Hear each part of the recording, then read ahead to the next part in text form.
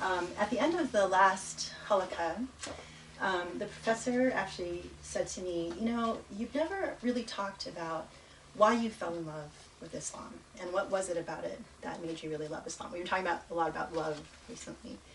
And there was a story that he shared, or actually it was a tafsir, a portion of tafsir, that he shared like in the Q&A section. It was like way at the end. I think a lot of people had left, and only the hardcore people were left. But there was something that he shared that really resonated with me and inspired me to kind of tell a little bit more about my story for whatever it's worth. So I wanted to just express, like, you know, I've talked about my conversion experience before, and early in my Muslim days, I had some really, really difficult tests, and I think I had said before that, you know, I was disconnected from my family for about 8 years. My parents are Taiwanese immigrants, and I'm an only child, you know, the only daughter, and so there were a lot of hopes and dreams that were placed in me. My parents came over from Taiwan when they were in their 20s, and my dad was, I mean, it was a typical immigrant story. You know, they came here trying to have a better life. Both my parents were really highly educated. They had graduated from college. My dad actually even had an opportunity to go study in Japan to become a medical doctor, but he decided to come to America because he wanted to be with my mom. And my mom came, and her first job was, she was an executive secretary for one of the directors of UNICEF. And she had come and she had borrowed like $1,000 from her boss. And she was pregnant with me. She was working hard, sending money back home. You know, so it was tough times. And my dad, when he came here, because his English language was not up to par, he started out as one of these construction, like the day workers, you know, the guys that stay on the streets and try and, you know, get random jobs. And sometimes they would take him and they would drive him to a job and they wouldn't bring him back. So he would be kind of stuck, and he'd call my mom and say, I don't really know where I am, and I'm not sure how to get back. So, you know, obviously everyone, you know, a lot of families who come from, you know, immigrants know that there's a lot of struggle that comes here. And so, you know, there was a lot of hope and dream in me. And so my success would ultimately be their success. And this, of course, became an issue when I became interested in Islam, because definitely coming to America and me choosing to be Muslim was not part of the plan at all. So, you know, I was particularly close to my mom, as most daughters are growing up, and definitely, like, her validation and her approval was like tantamount to everything for me. It was like, you know, success and love and, you know, acceptance. And, you know, it was really important that, you know, I mean, as most kids are raised, you love what your parents love and you want what your parents want. And because my parents, you know, typically wanted, you know, for an immigrant family, you want material success and you want financial stability, good job, good education, you know, good spouse, kids, you know, the white picket fence. You know, I grew up in Palo Alto, you know, suburban California. That was very much the life that my parents envisioned for me. So they were really happy when I got accepted to Cornell. I was off to business school. I was on the right track. You know, great, she's going to get a good job and everything. And they didn't know that that's actually where I would start learning about Islam. And so interestingly, like, my mom would come visit, and when she first realized that I was interested in Islam and started studying, she felt threatened and was worried. You know, she was nervous. And, you know, I had a fax machine. Maybe I'm dating myself. I was cool because I had a fax machine where I was living.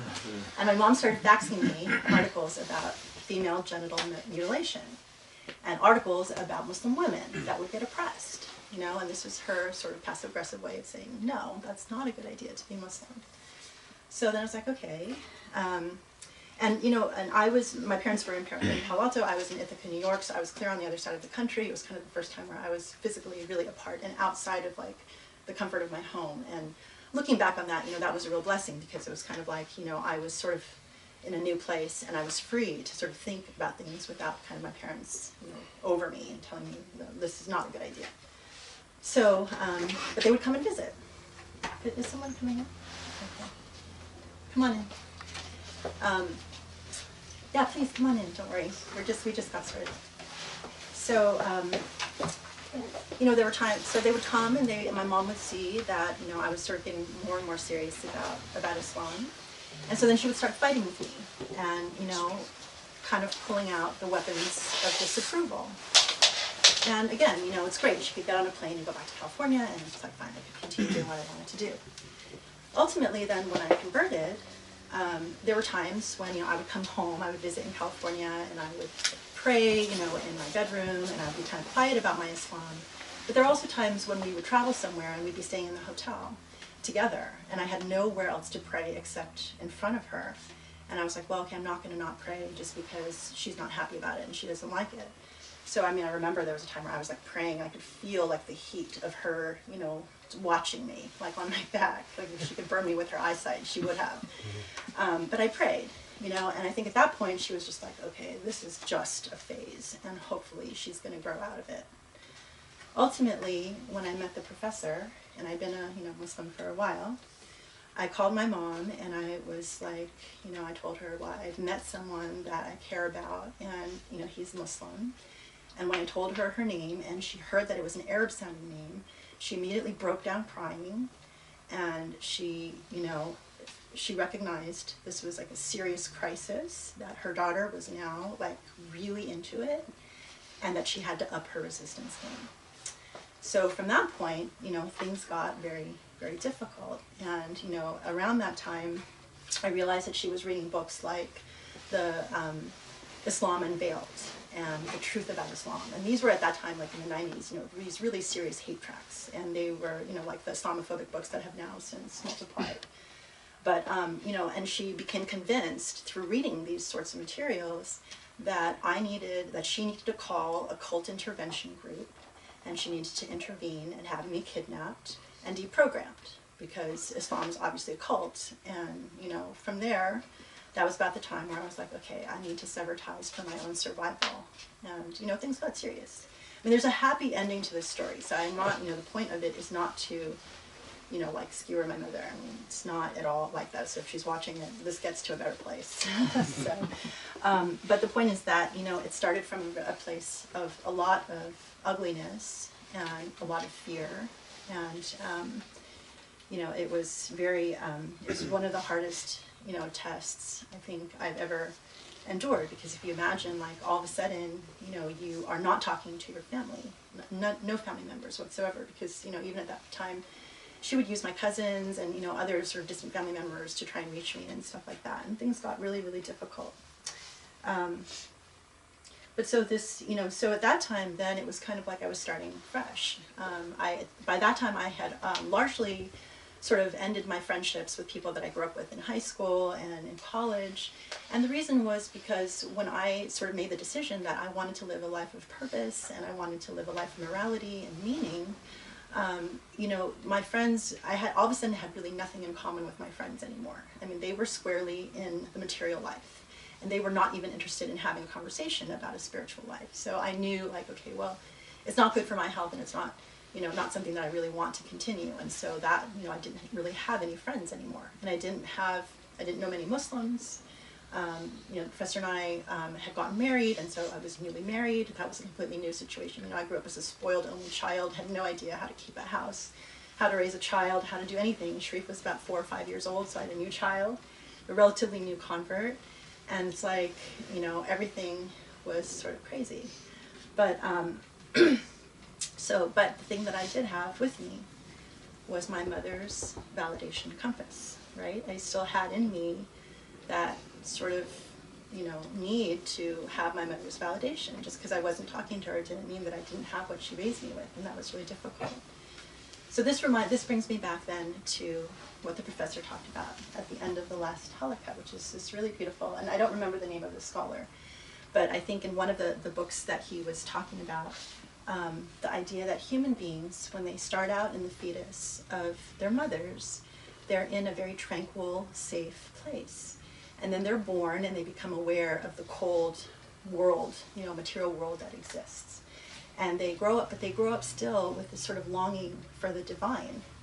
And that falling in love with the divine is sort of it's like kind of a reverse process where you want to kind of move back to the womb of God, you know, the womb of Allah and the tranquility of Allah. And it's kind of a process of migration.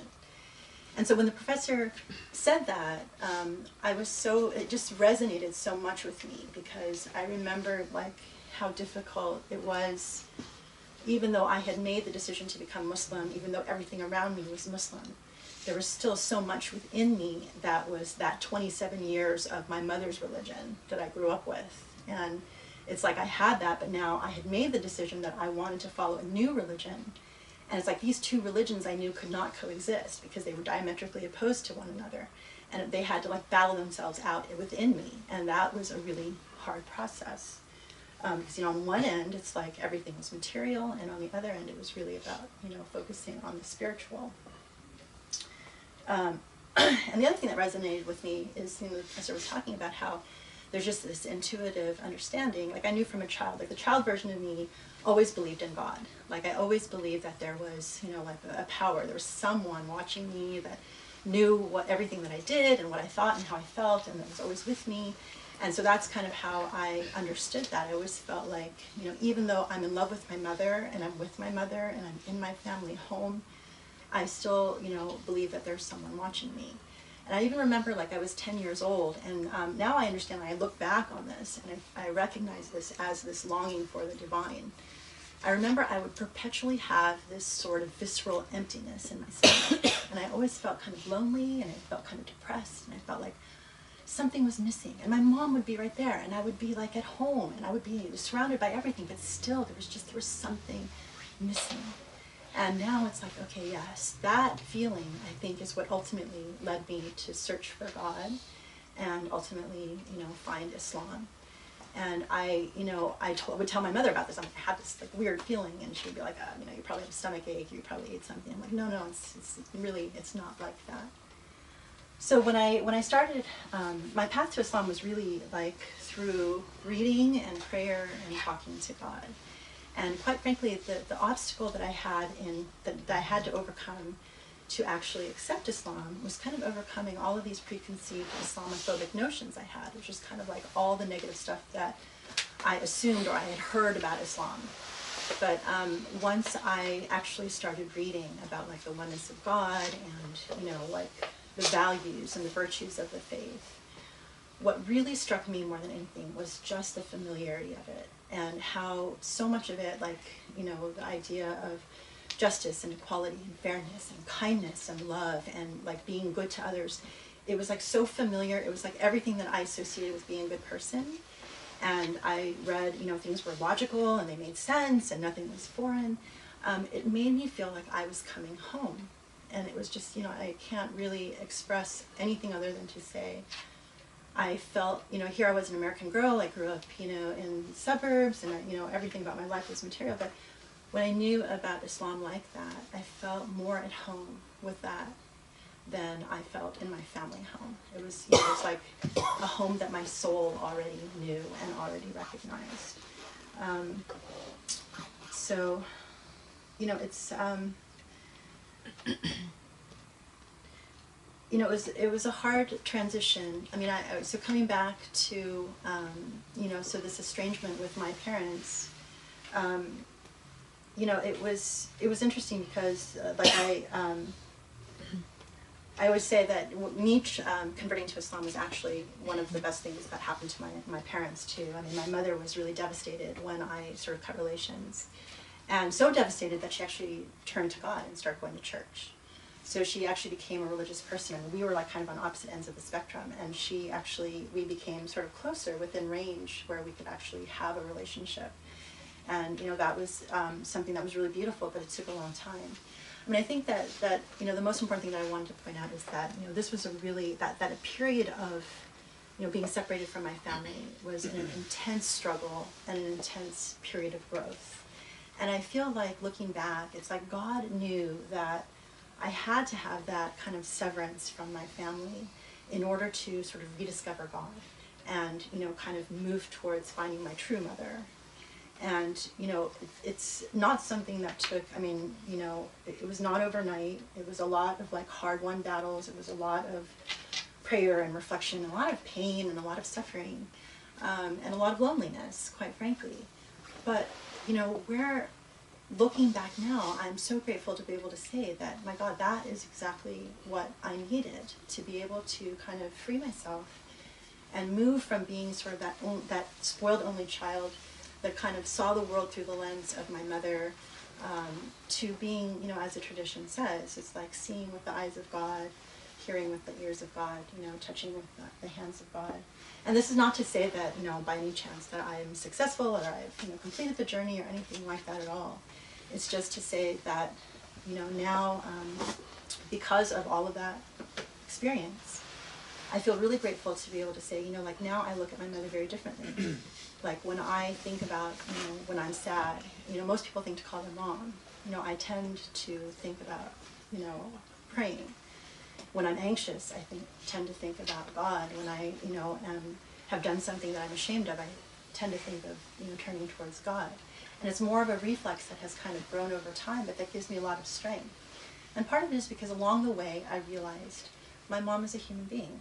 You know, she was ultimately my source of validation for so long, but she is not the source of perfect love. She's not the source of perfect justice, perfect compassion, perfect mercy, perfect fairness, perfect understanding, perfect knowledge. You know, those things can only be God. And when you reach that and you realize that's where I want to place my comfort and my strength. And, you know, my mom is just someone who is a human being that's on the journey with me, and I pray that, you know, she will get to a good place with God too. But it's something that's really empowering, and, you know, that comes from, you know, I mean, it's actually, I want to read from, you know, you've heard that tradition also, you take one step towards God and God will take 10 steps towards you. And I've really found that to be true in my life. And so now, I mean, you know, starting out, I literally had written like a letter of divorce to my parents. I was like, I'm done with you and I will see you on the final day. Like things had gotten so bad. And now, you know, 25 years later, we're in a place that I could never have imagined. We have a good relationship. My parents are huge supporters of what we do. And not even just that, I feel like they even admire like the work that we're doing, and they are like rooting for us. And my mom and my dad have, you know, changed. They've helped a lot of us, a lot of people, you know, and it's truly miraculous. Like as I was writing this and I was thinking about this last night, I started crying because it occurred to me. It's like when you kind of process it all and you start thinking about the long way that you've come and how you can go from a place of darkness to a place of beauty. It's truly miraculous, and it's the only way it can happen is through the love of God. And so, you know, like I started this journey many years ago as a broken person. You know, I really didn't like myself and I didn't know what I stood for. And over the years, I mean, I'm so grateful to say, you know, I like who I am today. I know who I am. I get to work in my passion and my strength. You know, I get to be, you know, working with a partner that I love and admire and respect. And I feel like I can serve my purpose. And this, I mean, it's truly miraculous. So I wonder, like, okay, how in the world did this happen? But it came through the instrumentality of Islam, and it came through the instrumentality of God. So I am the first person to testify that I believe in this message, and I believe in the transformative power of this message, and I believe in the transformative power of this approach. And I you know, really hope that, you know, the work that I do or that we do here can lead to that for other people, because I know a lot of people are searching, and they're searching for something beautiful. They're searching to come home, and that feeling of home and comfort, and I believe that it's there. So that's why I fell in love with Islam. I continue to love Islam, and I believe in the power of love in Islam. So that's it. Well, Thank you.